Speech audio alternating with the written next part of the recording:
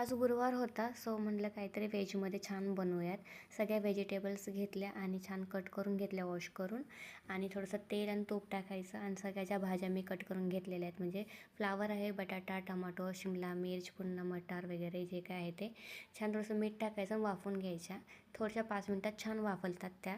आणि नंतर मग तेल टाकायचं, थोडासा खडा मसाला, आणि नंतर आलं लसूण जे क्रश केलेलं आहे, थोडासा कढीपत्ता, कांदा छान परतून घ्यायचा. आणि त्यामध्ये थोडंसं मीठ टाकायचं, पनीर मसाला, गरम मसाला, घरचा मसाला थोडासा टाकायचा, थोडीशी हळद टाकायची. छान मसाला परतून घ्यायचा आणि मॅरिनेशन केलेलं पनीरसुद्धा टाकून घ्यायचं. थोडंसं पाणी टाकायचं म्हणजे मसाला खाली लागत नाही. खूप टेस्टी लागतं, तुम्ही नक्की ट्राय करा ही रेसिपी. आणि काही वाटण वगैरे करायची गरज नाही, थोडंसं पाणी टाकायचं आणि भाज्या छान वाफवून घ्यायच्या. Recipe is ready. खूप टेस्टी लागतं आणि खूप छान लागतं. मला खूप आवडतं पर्सनली, आमच्या दोघांनासुद्धा. भेटूयात नेक्स्ट व्लॉगमध्ये. बाय.